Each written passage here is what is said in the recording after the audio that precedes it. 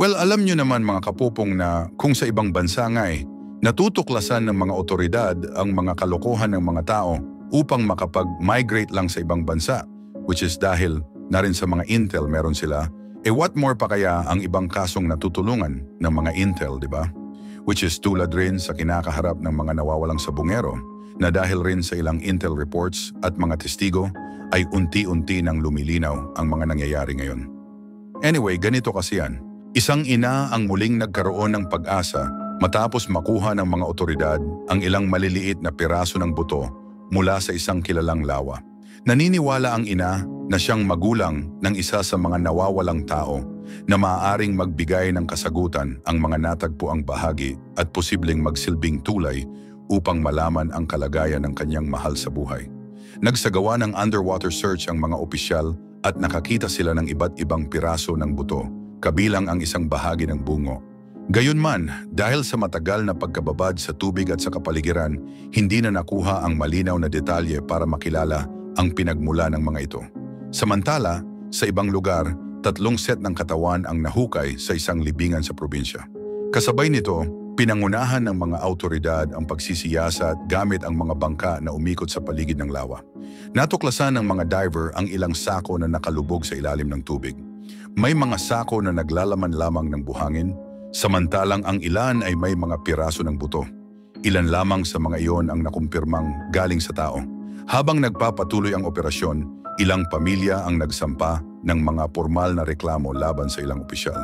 Dahil dito nagsimula ang malawakang investigasyon na pinangungunahan ng mga pambansa at lokal na ahensya. May 12 aktibong miyembro ng Uniform Service na ngayon ay nahaharap sa administrative charges at ilan sa kanila ay nasa ilalim ng mahigpit na pagbabantay para sa masusing pagsisiyasat. Tinitingnan ng mabuti ang kanilang papel sa nangyari sa layuning maibalik ang tiwala ng publiko at malinawan ang mga katanungan. Anyway, mga kapupong, ilang kilalang personalidad ang kinasuhan kaugnay ng pagkawala ng grupo. Kabilang dito ang isang negosyante at ang kanyang kasamahan sa negosyo na pinangalanan ng mga pamilya bilang mga pangunahing tauhan sa insidente. Marin nilang itinanggi ang mga paratang at nagsampa rin sila ng kani-kaniyang legal na aksyon laban sa mga nag-akusa. Isa pang taong may direktang kaalaman ang lumantad at nagbigay ng testimonya na ang pagkawala ng grupo ay may kinalaman sa hindi pagkakaunawaan at ilang irregularidad sa kanilang gawain. Bunga nito, inilunsad ng mga autoridad ang serye ng underwater searches mula pa noong unang bahagi ng Hulyo, katuwang ang iba't ibang ahensya ng gobyerno at espesyal na unit. Sa isang talumpati, sinabi ng pinakamataas na pinuno ng bansa na walang sino man ang higit sa batas. Binanggit niya na maging ang mga makapangyarihan o may impluwensya ay dapat humarap sa pananagutan ng fair at malinaw. Dagdag pa rito, sinabi ng mga investigador na lumitaw ang isa pang testigo na may diretsyong nakita sa mga pangyayari at nagdala ng karagdagang ebidensya. Para sa mga opisyal, ito ay hindi lamang simpleng salaysay, kundi may kasamang konkretong suporta. Isang lupo ng pamahalaan ang nagpaalala sa lahat na huwag manghimasok at hayaang magpatuloy ang proseso ng walang impluwensya o panliligaw. Malinaw ang kanilang pahayag, walang puwang para sa shortcut, walang lihim na kasunduan, at walang pagbaliwala sa umiiral na batas. Kung babalikan, nagsimula ang serye ng pagkawala noong unang bahagi ng taong 2021. Kasama sa mga nawala ang ilang miyembro ng grupo, mga tauhan, mga driver, at ilang kaugnay na tao sa iba't ibang probinsya at maging sa Maynila. Pagsapit ng sumunod na taon, mas umigting ang investigasyon at isinagawa pa ang mga formal na pagdinig sa Legislative Chamber kung saan itinanggi ng mga taong iniuugnay sa kaso ang anumang kinalaman. Mula noon, unti-unti nang lumabas ang iba't ibang bahagi ng kwento sa pamamagitan ng mga pahayag, testimonya at natuklasang ebidensya. Ngunit nananatili pa rin ang maraming tanong na naghihintay ng kasagutan. Ang batikang broadcaster na si Arnold Clavio ay nagbigay ng malinaw na tugon sa social media post ni Pasig City Mayor Vico Soto matapos itong maglabas ng pahayag na nagdulot ng usapan tungkol sa kredibilidad ng ilang kilalang mamamahayag. Sa kanyang post, sinabi ni Soto na may mga broadcaster na di umano'y tumanggap ng malaking halaga kapalit ng isang panayam sa isang mag-asawang naging aktibo sa politika. Idinagdag pa niya na dapat pag-isipan ng publiko kung bakit may taong handang gumastos ng ganong kalaki para lamang sa airtime. Agad itong sinagot ni Clavio at hinimok si Soto na maglabas ng matibay na ebidensya kaysa magbigay ng mga pasaring na walang malinaw na basehan. Ayon kay Clavio, sa larangan ng journalism, mahalagang dumaan sa masusing proseso ng pagsusuri ang lahat ng ulat bago ito mailabas. Ipinaliwanag niya na sa kanilang network at sa kapatid nitong radio station, lahat ng balita ay dumaraan sa iba't ibang level ng pagsusuri at pag-aproba. Para kay Clavio, hindi makatarungan ang maghagis ng paratang nang walang konkretong patunay dahil maaaring masira nito ang tiwala ng tao sa kabuuang propesyon. Binigyang diin din ni Clavio na hindi lang simpleng pagtatanggol sa kanyang mga kasamahan ang kanyang layunin, kundi ang pangangalaga sa reputasyon at kredibilidad ng buong newsroom. Sinabi niya na parehong tungkulin ng media at ng mga opisyal ng pamahalaan ang pagsusulong ng transparency. Dagdag pa niya, hindi dapat isipin na iisang panig lamang ang may karapatan sa pagiging patas. Nanawagan siya ng respeto sa bawat panig at ipinaalala na ang gawain ng mga mamamahayag ay hindi personal na pag-atake laban sa mga politiko. Samantala, itinanggi naman ng dalawang broadcaster na tinutukoy ni Soto ang akusasyon na tumanggap sila ng bayad para sa isang panayam. Pahayag ng kanilang executive producers, ang segment na tinutukoy ay inilabas bago pa magsimula ang panahon ng kampanya at wala itong kaugnayan sa anumang aktibidad pang-eleksyon. Iginiit nila na mahigpit na sinusunod ang mga pamantayan ng editorial at walang impluensyang panlabas na nakialam sa nilalaman. Idinagdag pa nila na ang mga pahayag ukol sa umano'y pagbabayad ay maaring makasira ng pangalan at lumampas sa hangganan ng etika. Isa sa mga broadcaster ang naglinaw pa na ang segment ay simpleng tampok lamang ng kwento ng dalawang tao na umangat mula sa maliit na simula at nakapagtayo ng tagumpay sa pamamagitan ng tiyaga at sipag. Ayon sa kanya, ang layunin ay magbigay ng inspirasyon sa mga manonood at hindi upang magpasok ng anumang mensaheng pampolitika. Para sa kanya, bahagi ng kanilang responsibilidad bilang media ang maghatid ng mga kwento ng pag-asa at pagsusumikap.